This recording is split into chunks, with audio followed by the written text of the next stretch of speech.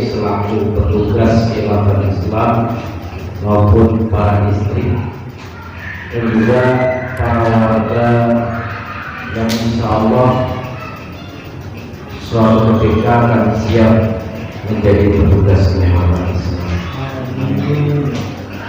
Bersyukur kita kepada Allah SWT pada pagi hari ini, siang hari ini, hari Sabtu tanggal berapa? Tanggal 6 bulan Jumadil bulan 1443 Hijriah. Dengan seizin Allah kita bisa kumpul di Masjid Darussalam Sengondir dalam rangka kita melaksanakan sebuah program yang sudah kita amini bersama, yang sudah kita musyawarahkan bersama, kita sepakati. Akhirnya jatuh takdir am ini bulan Jumadil Ula di pekan pertama. Ini salah satu di dalam Al-Quran yang dinamakan ya ayyuhalladzina amanu taqullaha wa qulu qawlan sadida. Hai orang-orang yang beriman,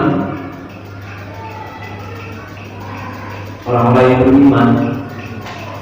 Ibu termasuk orang beriman kan? Jadi orang-orang beriman itu siapa? Saya. Ya ayyuhalladzina amanu, hai orang-orang yang beriman. Kan saya pernah ngomong begini, jadi di surat yang pertama Al-Fatihah, surat yang kedua itu Al-Baqarah. Di dalam Al-Quran itu ada tulisan yang bernama Al-Baqarah, artinya sapi betina. Ada di Al-Quran itu sapi betina Al-Baqarah? Ada nggak? Ada. Adanya di mana? Alam. Ada di mana sapi betina itu? Dunia. Jadi alam semesta. Maka ketika Allah mengatakan ya ayyuhalladzina amanu, hai orang-orang yang beriman, maka di dalam Al-Quran tidak ada orang beriman itu, adanya tulisan. Maka siapakah orang yang beriman itu? Saya. Begitu. Itu baru baca Quran benar.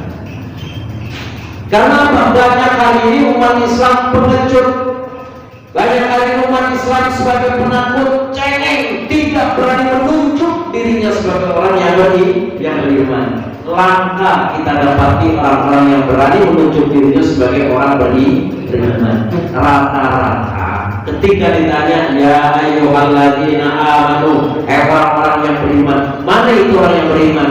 Yang kita yang mana? Yang kita semua ini, kita semua yang mana? Ya yang beriman. Muter aja dari pagi sampai sore ujungnya tidak berani menunjuk. Sementara sering saya sampaikan ciri-ciri orang mendapat petunjuk atau orang dikasih petunjuk, itu ciri-cirinya apa? Paling minim ciri-ciri orang dapat petunjuk. Minimal bisa menunjuk. Jadi orang yang berani menunjuk dirinya sebagai orang yang beriman, inilah ciri-cirinya orang dapat petunjuk.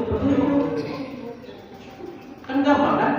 Jadi ciri-ciri orang dapat petunjuk minimal bisa menunjuk. Nunjuk siapa? Dirinya.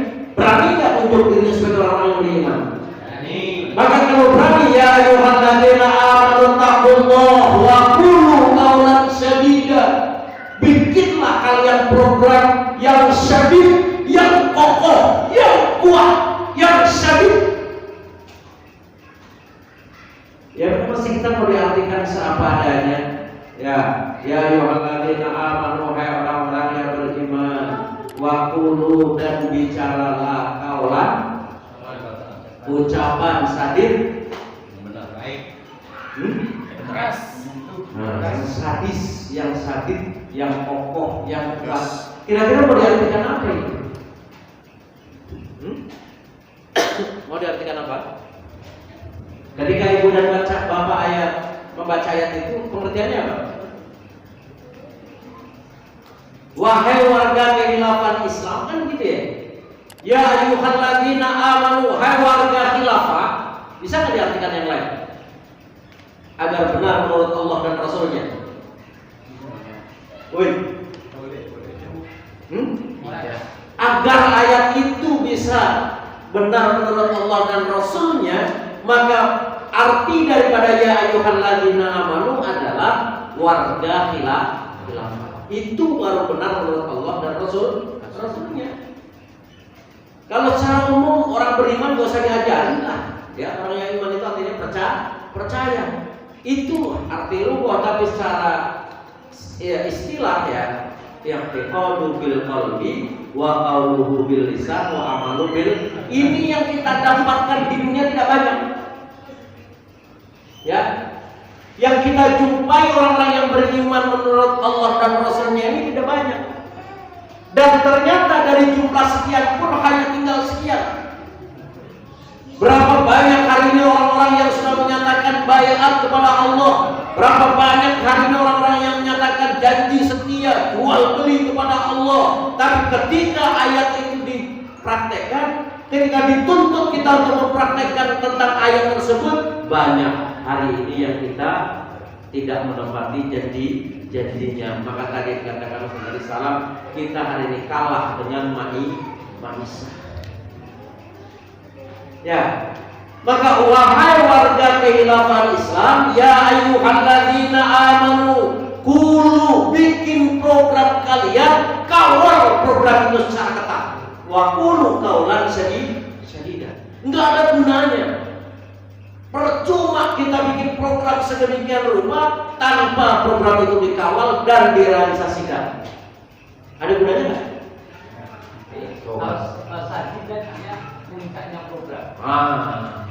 Suruh bikin program yang sedemikian punya cahaya, setinggi-tingginya, sehebat-hebatnya, sekuat-kuatnya.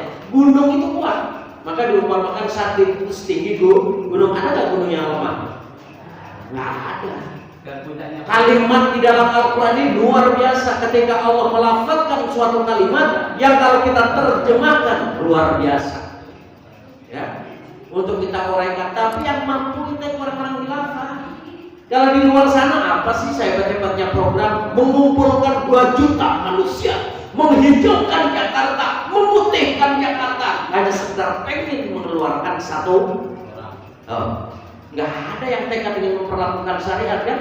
Agar Islam jadi rahmatan lil alamin, agar khilafat tegak di muka bumi, agar hukum Islam ini berlaku kepada umat manusia.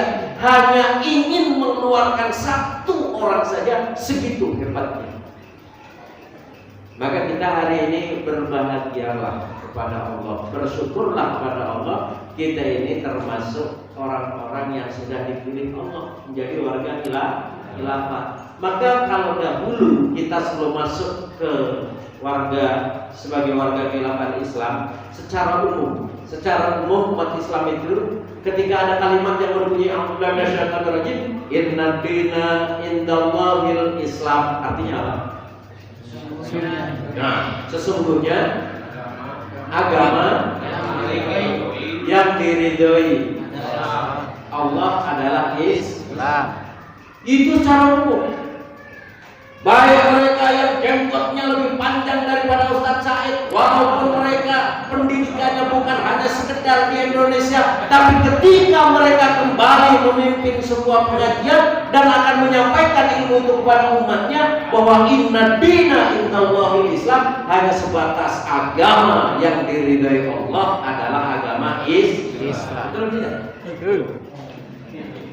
Gelarnya sepanjang itu, profesor, doktor, insinyur, tapi tetap aja inna dina indallahil Islam, agama Allah, agama Islam. Maka Islam diajak untuk berpikir bahwa ketika umat Islam ini sudah dalam keadaan tidak berpecah belah, dan ketika umat Islam itu tidak gontok-gontokan, berarti mereka sudah dalam keadaan berislam secara baik, walaupun mereka berpecah belah. Tapi ketika kita masuk dalam sistem khilafah, 4 bulan yang lalu Murabbi sepakat bahwa kita menyampaikan taklim kemasulahan dengan tema adalah ma'rifatud din.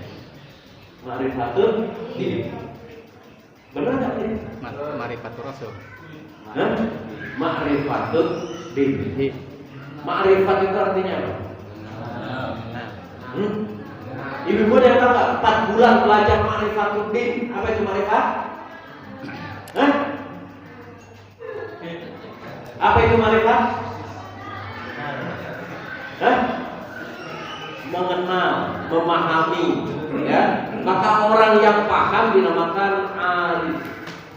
Ma'rifatud din. Dipahamkan selama 4 bulan, dan itu pun kalau nanti sudah akan kembali lagi tentang din. Tujuannya apa? Agar umat Islam warga khilafah ini akidahnya kuat dan kokoh. Itu tujuannya. 13 tahun Rasulullah menanamkan akidah pada umatnya. Walhasil bagaimana pada saat itu? Ketika Rasul diperintahkan oleh Allah untuk melaksanakan perang yang pertama, ternyata berapa orang yang siap ikut berperang bersama Rasulullah? 13 tahun beliau menanamkan akidah. Berapa orang? Berapa orang? Ayo, berapa orang? Karena ini akan masuk ke materi berikutnya ini, ma'rifatur Rasul. Berapa orang? Rasulullah yang membina langsung, yang mendidik akidahnya langsung adalah Rasulullah kepada umatnya. Berapa itu? 13 tahun selama di Mekah. Tapi ketika ada perintah perang yang pertama, hanya 314 orang yang siap berperang membela Rasulullah dan dinnya. Betul? Betul? Maka kita hari ini nggak usah pada bangga diri dulu, belum ada perintahnya hebat. Allah ini nggak percaya asibana saya terlalu amanah billah. Allah tidak akan percaya kalian mengaku dirinya beriman kepada kalian sebelum datang kepada kalian ujian. Apa yang Allah telah uji pada diri kita? Adakah yang ujian lebih hebat sebelum masuk khilafah? Belum. Lalu taklim dari metro ke Sengon. Ini karakter-karakter yang semacam ini harus diberantaskan dari warga khilafah Islam. Yang cengeng, yang tidak mau melompat sedikit, yang nggak mau melangkah sedikit, bubarkan akidah-akidah yang semacam ini. Sehingga kita ada perintah agak sedikit jauh ini, siap, senang. Ini orang metro maunya taklim bolak-balik di metro. Orang Karangmukti bolak-balik di Karangmukti. Orang Cikampek Baru bolak-balik Cikampek Baru. Ini yang menyebabkan khilafah hari ini sampai sekarang mencari kualitasnya sulit kita dapatkan. Maka kata Nabi, kullu ummati yadkhulunal jannah. Kuncinya masuk surga itu apa? Bukan mereka rajin sholat, bukan mereka rajin zakat, bukan mereka haji 70 kali, tidak. Tapi kuncinya masuk surga, man ata'ani dakhalal jannah wa man asoli faqad aba. Enggak ada gunanya. Enggak ada gunanya. Antum sholatnya rajin, zakatnya rajin, puasa sunnahnya rajin, tapi antum tidak pernah taat kepada syukuran, enggak ada gunanya. Ingat-ingat ya. Betul tidak? Betul. Kullu ummati yadkhulunal illa man qalu mayyaka ya Rasulullah qala man ata'ani dakhalal jannah wa man asani faqad. Jelas kok kuncinya. Jadi kuncinya surga itu adalah ketaatan. Maka berat surga ini. Pemahaman-pemahaman gaya jahiliyah bubarkan sekarang. Pemikiran-pemikiran pelit dan kerdil bubarkan mulai hari ini. Pemahaman-pemahaman yang kerdil, pemahaman-pemahaman yang malas untuk berjihad, pemahaman-pemahaman yang sulit untuk mengeluarkan pengorbanan terhadap harta dan diri kita, bubarkan mulai detik ini. Selama ini kita telah tertipu dengan mereka. Apa kata mereka? Tuh, lihat tuh, surga gampang didapat. Seorang jana, seorang kamu kerjanya di sebuah ituan, pulang menemukan apa? Kucing yang sedang kedingin, jaketnya itu katanya diselimutkan surga. Bukankah kata Pak Kiai, bukankah kata Pak Ustadz, nyingkirin duri satu, duri di jalan saja surga. Ini pemahaman yang begini nih. Ya, pemahaman yang begini harus dihabiskan dari pemahaman warga khilafah, sehingga kita kembali kepada perjalanan Rasulullah SAW. Bagaimana ketika mereka meneriakkan Allahu Akbar, bukan hanya sekedar takbir. Takbir bermakna Allahu Akbar, Allah Maha Besar. Apa yang dimaksud besar dalam kata-kata takbir itu? Ada yang tahu? Dalam arti kita bagaimana mewujudkan dan merealisasikan, kita perjuangkan agar hukum Allah ini berlaku di muka bumi. Maka kalau belum takbir terus kita Allahu Akbar, kapan berlakunya hukum Allah di muka bumi? Maka sekarang itu kalau khalifah bilang, ngapain kita ini pada sholat takbirnya Allahu Akbar, seharusnya DPR Akbar, kan begitu ya kata khalifah ya, MPR Akbar, DPR Akbar, kan begitu ya, karena mereka nggak paham. Maka kita hari ini ketika kita mentakbirkan Allahu Akbar, kita tahu betul bahwa kita ini, ya Allah, saya siap memperjuangkan agar hukum Allah ini berlaku di muka bumi, walaupun beratnya luar biasa. Walaupun beratnya luar biasa. Kita menegakkan sistem khilafah ini beratnya luar biasa. Ya, setelah sekian tahun manusia dipahamkan tentang din, bahwa din itu adalah agama, baru kita mendapat ilmu bahwa din ternyata artinya tunduk, patuh dan taat. Kalau dalam Al-Quran din bermakna sistem, maka inna dina indallahil Islam, artinya bahwa sistem di dunia ini menurut Allah yang hak dan yang benar adalah sistem Islam. Jadi inna dina indallahil Islam, din yang diridhai Allah, sistem yang diridhai Allah adalah sistem Islam. Wa may yabtaghi ghaira Islam dina fala yuqbalu amalu wa huwa fil akhirati minal khasirin. Dan barang siapa yang tidak berada dalam sistem Islam, maka seluruh amalnya tertolak dan di akhirat termasuk orang-orang yang merugi. Begitu. Kenapa kita ini harus berkhilafah? Karena ayatnya sesungguhnya sistem Allah ini sistem Islam. Kenapa kita ini maunya berkhilafah? Kenapa membahas din akhirnya kita berada dalam sistem khilafah? Kenapa kita nggak ngikut yang lain-lain saja? Ya, yang sekali keluar disambut 5 juta orang, yang pengikutnya sudah ratusan juta, bahkan sudah bisa beli pesawat terbang. Kenapa kita nggak ngikut ke sana saja? Kenapa kita mau berkhilafah? Ayo, kan di luar sana banyak kan? Ada suatu organisasi yang bisa sekaligus beli pesawat berapa? 3. Ada yang kalau pemimpin yang keluar itu disambut dengan jutaan umat. Itu kan artinya pengikutnya sudah hebat, sudah banyak. Kenapa kita mau berada dalam sistem khilafah yang dari 4 kabupaten dikumpulkan hanya segini? Satu Pulau. Ada orang Sumedangnya, ada orang Sumedang. Paling depan orang Sumedang ini. Tahu Sumedang? Tahu Sumedang. Iya. Kenalnya tahunya. Ya. Sumedang, bayangin. Ada orang Kerawang, Kerawangnya, orang Kerawang. Gak ada. Ini gak ada dari Kerawang ya? Tardian Kerawang atau Bekasi? Ikutnya Kabupaten Bekasi. Wih, sampai ke Bekasi berarti 5 kabupaten sekarang ini.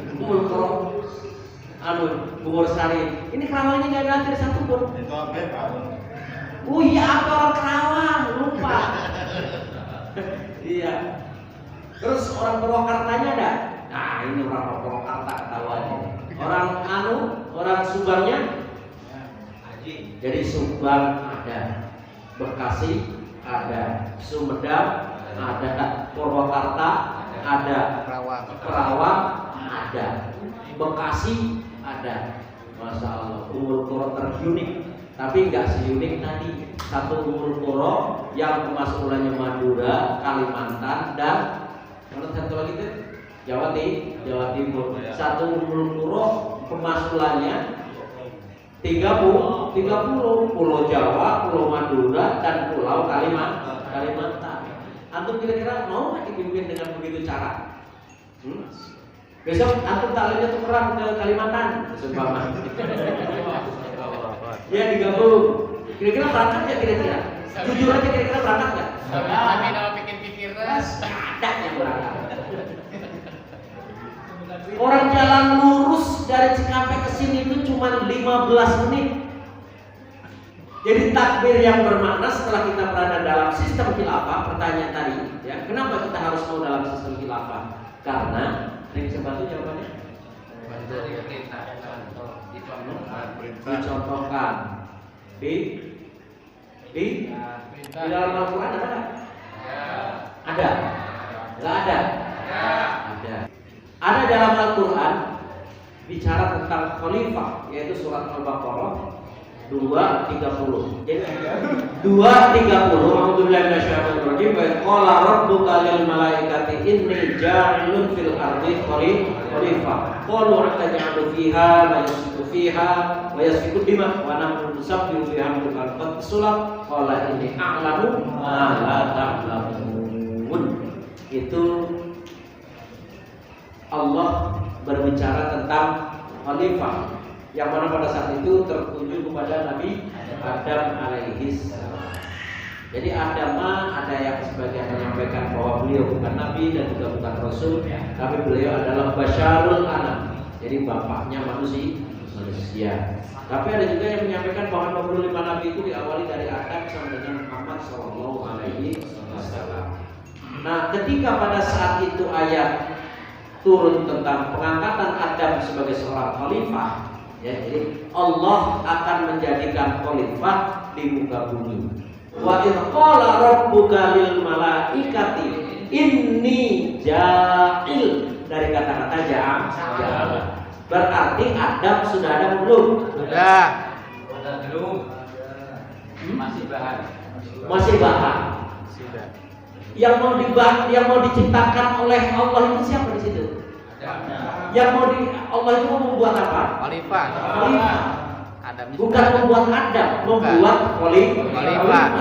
Jadi Adamnya sudah ada apa belum? Sudah. Belum. Tapi saya nggak ngajarin berantem lah ya. Nanti kita bahas ketika taklim di rumah Baik.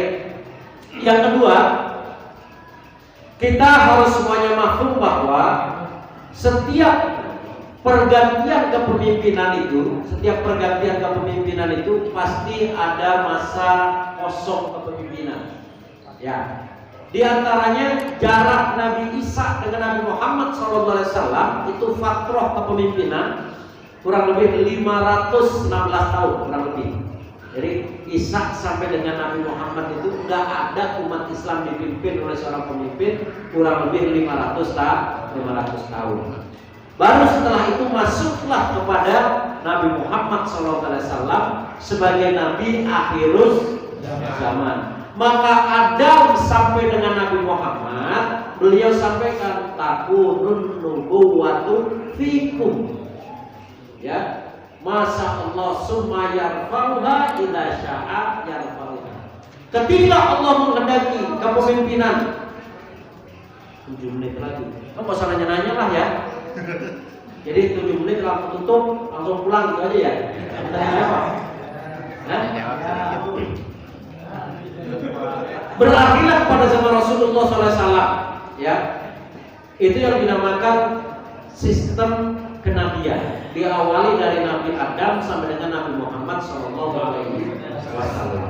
Setelah Nabi Muhammad wafat, patronnya 500 tahun. Setelah Nabi Muhammad wafat, maka masuk kepada sistem yang kedua, dan ini diabadikan dalam hadis sahihnya, maka Islam akan berada dalam kepemimpinan manhaj nubuwah atau khulafaur rasyidin. Masa fatrohnya berapa lama itu? 3 malam 2 hari. Ya, 3 malam 2 hari.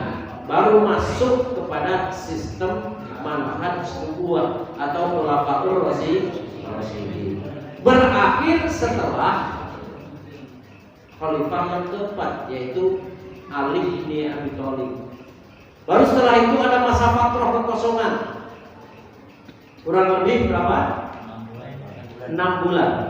Ya, jadi berakhir masa khulafah rasyidin atau nubuwah, masuk ke sistem yang berikutnya, yang ketiga, yaitu mulkan Amr.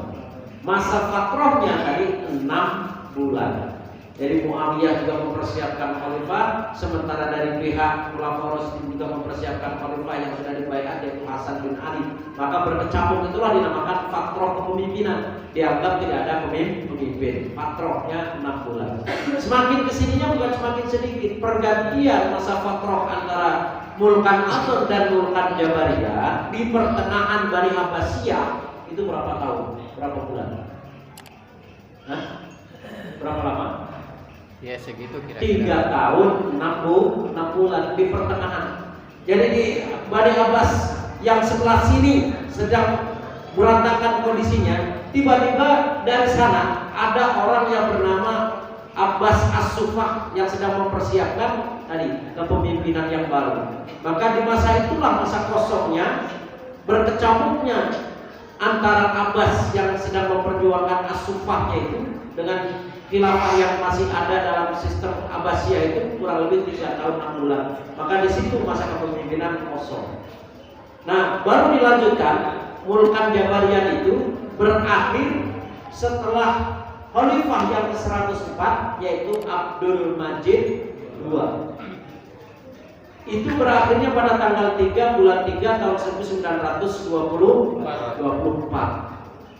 Harus ada masa fatroh. Jadi 1924. Dimaklumatkannya kembali berapa? 97. Berarti masa fatrohnya berapa lama? 70 tahun. Nah, kemarin udah saya suruh hitung itu. Jadi umat Islam tidak punya pemimpin selama 73 tahun masa dengan satu generasi. Ya, ini yang perlu kita garis bawahi. Maka wajar saja kalau hari ini umat Islam sulit kita ajak untuk bersatu dalam satu khilafah. Sulit umat Islam diajarkan untuk atiullah wa atiur rasul wa ulil amri minkum. Sulit rasanya. Karena apa? Setelah sekian lama umat Islam dicekoki oleh orang-orang, khususnya orang-orang Belanda yang menamakan dirinya sebagai Abdul Ghaffar. Nama aslinya? Wih, ahli sejarah. Profesor, doktor, semuanya hanya ingin merubah Islam, hanya ingin menghancurkan Islam. Dia pakai metode la taqus sajarah illa bisajarah. Kata dia, pohon ini tidak akan tumbang kecuali dengan pohon itu sendiri.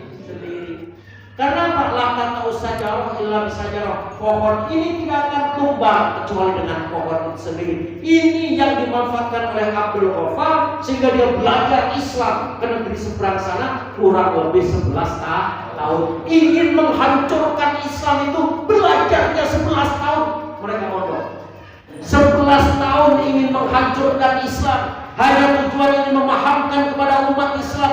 Tujuannya apa? Umat Islam ini kalau dengar khilafah adalah negara. Oh, ini berhasil dengan 100%. Masih ada hari ini kita teriak-teriak begini itu. Itu mah atas nama pura-pura aja khilafah, tak tidak berubah menjadi negara orang atau sejarah itu, atau memang karena sudah doktrin oleh semua orang bahwa khilafah itu sama dengan negara. Maka kata khalifah, dimanapun kalian sedang mensosialisasikan khilafah Islam, sampaikan kepada mereka demi Allah bahwa khilafah bukan negara. Khilafah terbatas dengan rahmatan lil alamin, kalau negara terbatas dengan teritori.